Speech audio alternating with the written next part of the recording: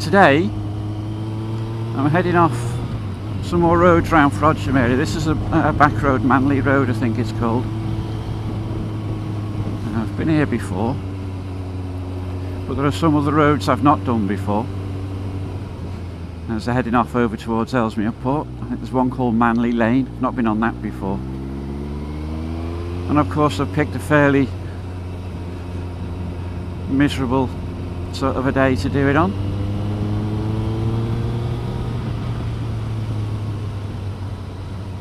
Doesn't matter so much, I don't suppose.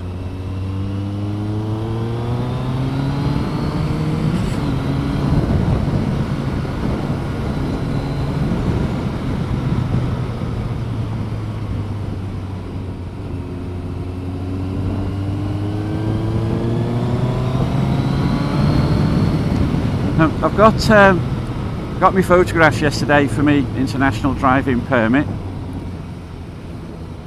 As someone pointed out on Facebook, I won't really need it if we're still in the EU, but Mrs May has set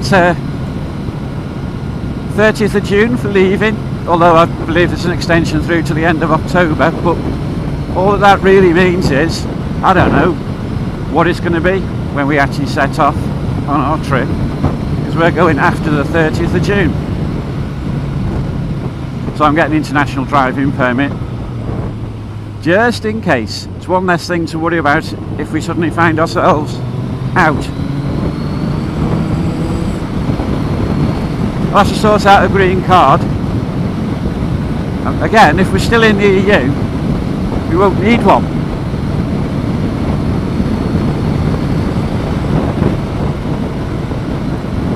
But if we leave, I've got to sort one out, and I'm not really sure how long it'll take my insurance company to get one sorted for me. So I'll go and get my driving permit tomorrow, and then later in the week I'll phone my insurance company and ask them what are their timescales for getting the green card out to me. The worst of course would be we don't leave on the 30th of June. Me and Paul set off, and halfway round we're out. That'd just be bloody ridiculous, but you never actually know, do you?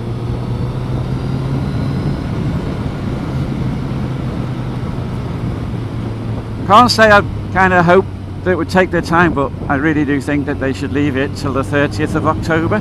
For my benefit, of course. Just so that I can have all my holidays in Europe this year without having to worry about any extra paperwork. But frankly, they should have got us out on the 29th of March like Mrs May insisted she was going to do, and then everything would have been pretty bloody clear.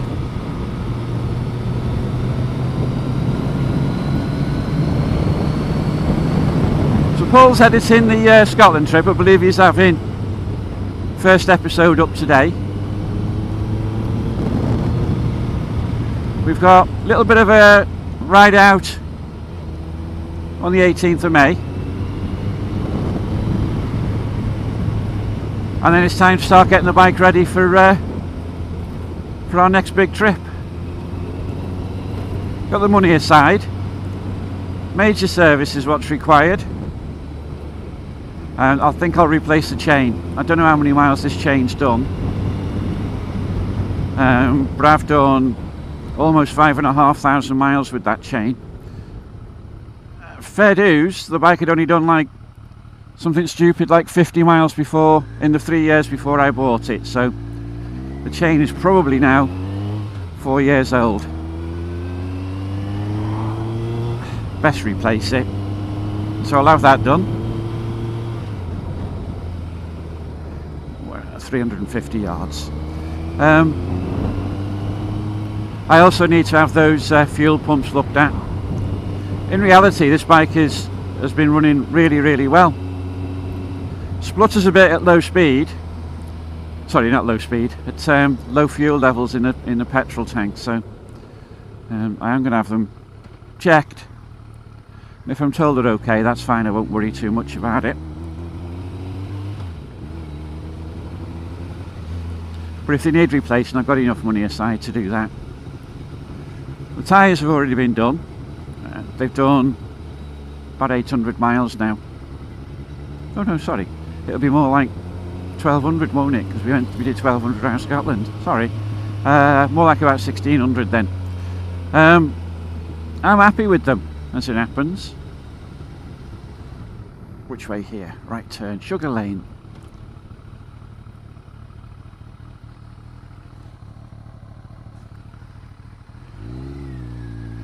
The only thing I haven't done on them is a proper full-on emergency stop in the rain. Don't really want to. So, although I do tend to ride fairly normally on a wet road, because they just feel bloody brilliant, they don't feel any different than they do on a dry road. It's amazing. On a wet road I'm still a little bit cautious because I don't want to find myself in a situation where I'm hitting the brakes very hard and then discover actually in an emergency brake they're not that good. I imagine that they will be that good, but it's a bit of a chance, isn't it, really? So I'm not replacing the tyres. I'm expecting I'll get 8,000 miles out of those, so I'm expecting they'll do the whole tour. This time round we haven't booked very much. Last year I booked everything about a year in advance. Sorry, not last year, in 2017. But we were on a tight budget, we needed to make sure we could get the money together for it. This time, perhaps not so tight. So hotels, what it costs might be less of a problem. We're also not taking any camping gear. I had a look, and in Romania we can get a hotel, twin rooms, for 22 quid for the night. I'm not saying it's an upmarket sort of a hotel or anything like that, but it's a brick wall, slate roof, and a bed that's up off the floor. It's got to be a slight improvement on camping, and of course we don't need to carry all that heavy camping gear with us, because to be fair, if you put a tent on the back of a bike, you've then got to add a sleeping bag, a roll mat, a cooker, water bottles, pots and pans, gas bottles. Before you know where you are, you've added another 30 or 40 kilograms to the weight on the bike. Whoa! So this isn't actually a turn. Well, I didn't know we had things like that round by where I live.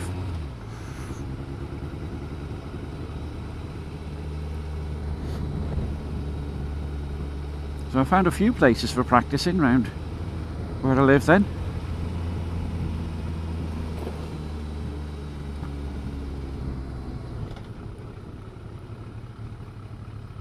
It was a bit of a surprising hairpin there.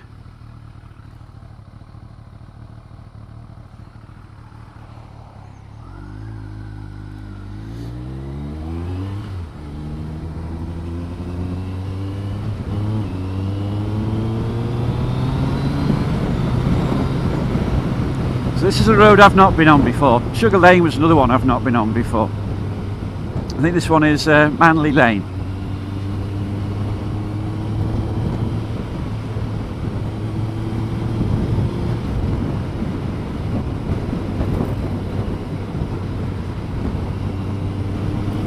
So yeah, we're not going camping. We're not taking any camping gear with us at all.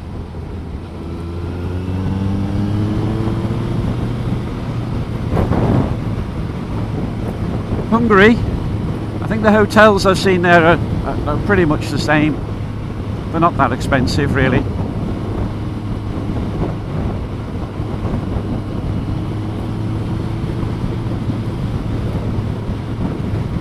I think the most expensive hotel we're doing is in Luxembourg, which is going to cost us about £330 for the two nights.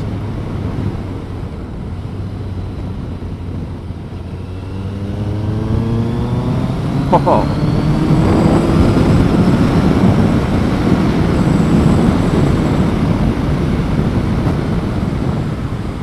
have to admit it's a bit drier out here than it is round Runcorn.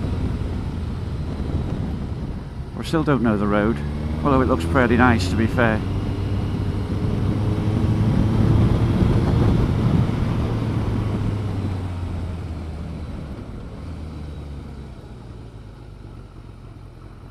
Let's keep out of everybody's way, hey?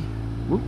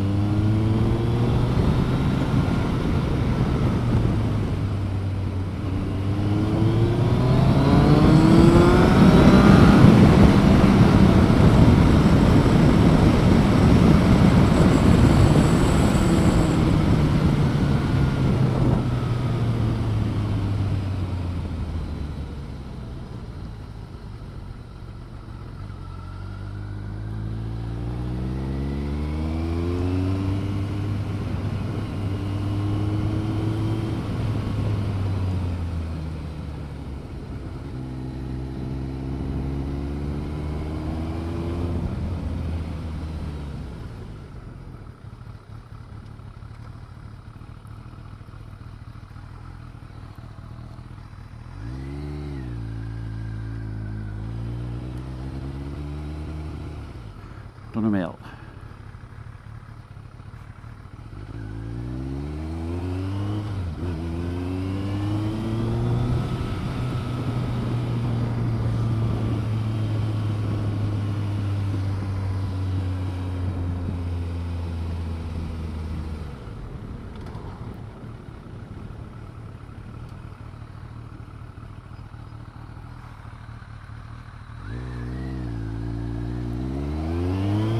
Well, I see that lane quite often on my way into work. Now I know where it goes.